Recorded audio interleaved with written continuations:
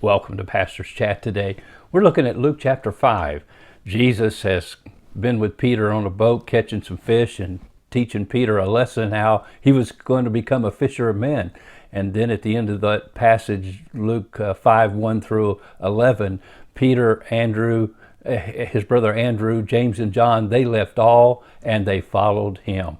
And then immediately they come upon a leper, or a leper comes upon them as they are ministering in other parts of the area of Galilee. And it says in a certain city. And my friend, that just reminds me in verse 12, they're in a certain city, in a certain city, in a certain city, in Sneeds Ferry, North Carolina, where I live, in the city where you live, wherever it is, in that certain place where you are, there are people that are sick with sin, they're nigh unto death, about to fall into eternity without Jesus Christ, and you might be the only hope they have to tell them and show them who Jesus is.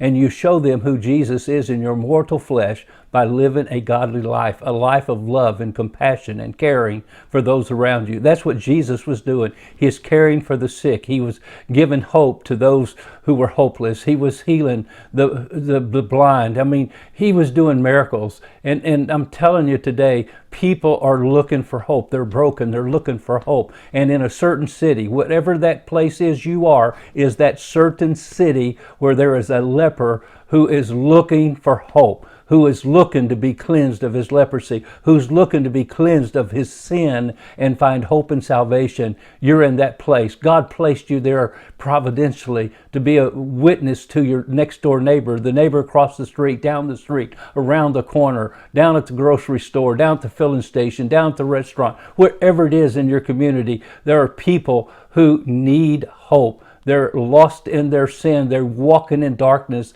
They know not at what they stumble. So this man comes to Jesus and says, if you're willing. Of course Jesus is willing, because he's not willing any should perish. And he touches the man. The touch of Jesus makes the difference. Oh, that's our prayers. We talk to someone who needs salvation. Jesus, touch him, Jesus, touch him.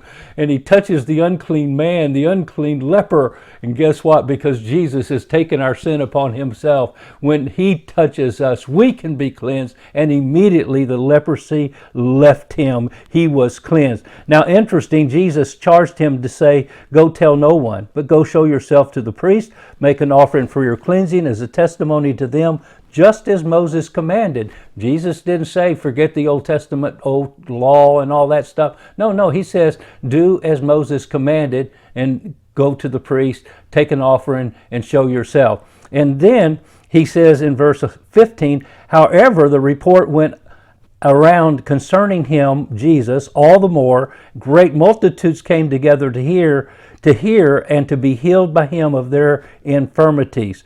Now, verse 14 actually starts out by saying, and he charged him to tell no one. Now, why was that? Because, notice verse 15, if the words keep spreading, all that Jesus did of these miracles, the word would get greater and greater, the crowds would get bigger and bigger, and Jesus could not do his ministry. Now, Jesus doesn't tell us not to tell anyone. Matter of fact, we have the Great Commission to go into all the world and preach the gospel. And the crowd became so great. Verse 15, it tells us in verse 16, so Jesus himself often withdrew into the wilderness and prayed. The overwhelming crowds that were so hopeless and helpless and weary in their sin, burdened by all the problems and difficulties of life, were all around him. Jesus didn't say, oh, I can't stop what I'm doing. No, Jesus departed into the wilderness, a solitary place, as he often did, and he prayed. Even Jesus knew he needed strength from the Father, from the Holy Spirit, to do the ministry that he needed to do. My friend, we must spend time with God, especially if you're a servant of God, already in ministry, already with a burden to win lost friends, family, and others for Christ, as we should be. You don't feel like you can do it all in a day. You cannot.